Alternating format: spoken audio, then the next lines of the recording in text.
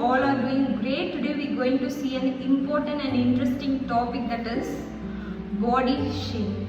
இந்த 2025ல கூட இன்னும் பாடி ஷேமிங் இருந்துட்டே தான் இருக்கு. இந்த பாடி ஷேமிங் பண்றதுனால எத்தனை பேர் அவங்களோட லைஃப்ல எவ்வளோ கஷ்டப்படுறாங்க தெரியுமா? இந்த பாடி ஷேம் பண்றதுனால ஆப்போசிட்ல இருக்க பர்சனோட செல்ஃப் கான்ஃபிடன்ஸ் அப்படியே உடைஞ்சு போகுது. ஈவன் சைக்காலஜிக்கல் டிசார்டர்ஸ் கூட டெவலப் ஆகுது, such as eating disorders. Eating டிசார்டர்ஸ்லேயே நிறைய டைப் இருக்கு. Anorexia nervosa, bulimia nervosa, binge eating. சரி, இந்த ஈட்டிங் டிசார்டர் பற்றி இன்னொரு வீடியோவில் பார்க்கலாம். பட் இந்த பாடி ஷேமிங் பண்ணுறதுனால உங்களுக்கு என்ன பெனிஃபிட்? எதுவுமே கிடையாது. ஆனால் அந்த ஆப்போசிட்டில் இருக்க பர்சனுக்கு எவ்வளோ ஹர்ட் ஆகும்.